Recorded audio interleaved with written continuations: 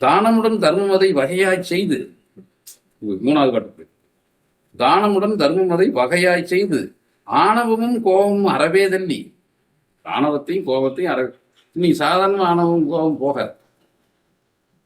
அது முன்னால் இருந்து நம்ம சாஸ்திரங்கள் தெரியுது, கோடா கோடி செய்து விட்டார், இதெல்லாம் சேர்த்து அறிவதற்கு மனம் சுத்தி புத்தி வேணும் இல்லைங்களா? நீங்க அதை கூட அறிந்து, அப்படி அறிஞ்சிக்க முடியலன்னா குரு வச்சு அறிவதற்கு மனம் புத்தி சித்தம் வேணும். அறிந்து கொள்ள முடியாட்டால் குருவும் வேணும். மனம் புத்தி சித்தத்தை கொண்டு அறிஞ்சு கொள்ளணும், இல்லை குரு வச்சு அறிஞ்சு கொள்ளணும். அப்படி அறிஞ்சிட்டு ஆணவம் கோபம் அறவே தள்ளணும். சாஸ்திரத்தின் மூலமா உண்மை நிலை தெரிஞ்சு அந்த உண்மை நிலையினால அந்த கோபத்தை எடுத்தாங்க. ஆணவத்தையும் எடுத்தாங்க. ஆணவம் எடுத்தா தான் அது கிடைக்கும். அது கிடைக்கணும்னா ஆணவத்தை எடுக்கணும். அந்த நிலையில் ஆணவத்தை எடுத்துட்டு, ஆணவம் போச்சுன்னா கோபம், கோபம் மறவே தள்ளி மானமுடன் அபிமானம் மறைய செய்து, மானாபிமானத்தை மறைய செஞ்சிடும்.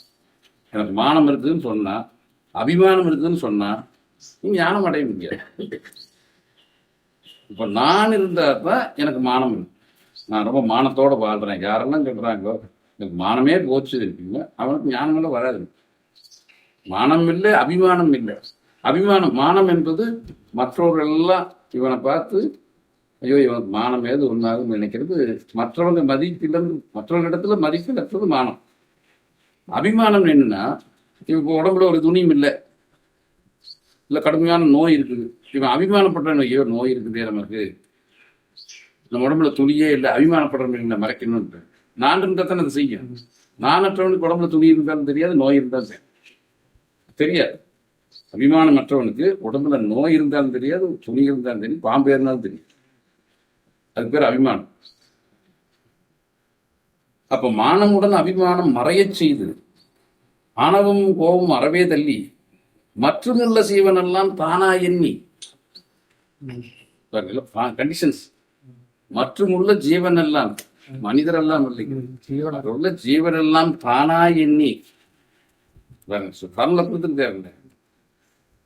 மோன நிலை சூட்டிடவே வாழை பூசை, அந்த மோன நிலையை சூடுறது வாழை பூசை பண்ண, வாழை பூசை முறையாக செய்தைக்கால் எல்லாம் ஆச்சு.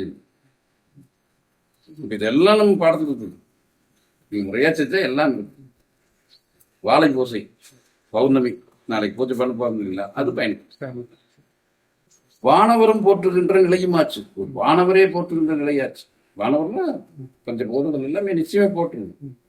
இவனுக்கு இறைவன் பிரதிநிதியா படிச்சிருக்கிறேன், ஆணவம் இல்லை, அந்த ஞானத்தை பூரம் பெற்றிருக்கிறேன், ஆணவம் இல்லை ஞானம் பூரம் பெற்றிருக்கேன், அதனால வானவர்கள் மதிப்பாங்க.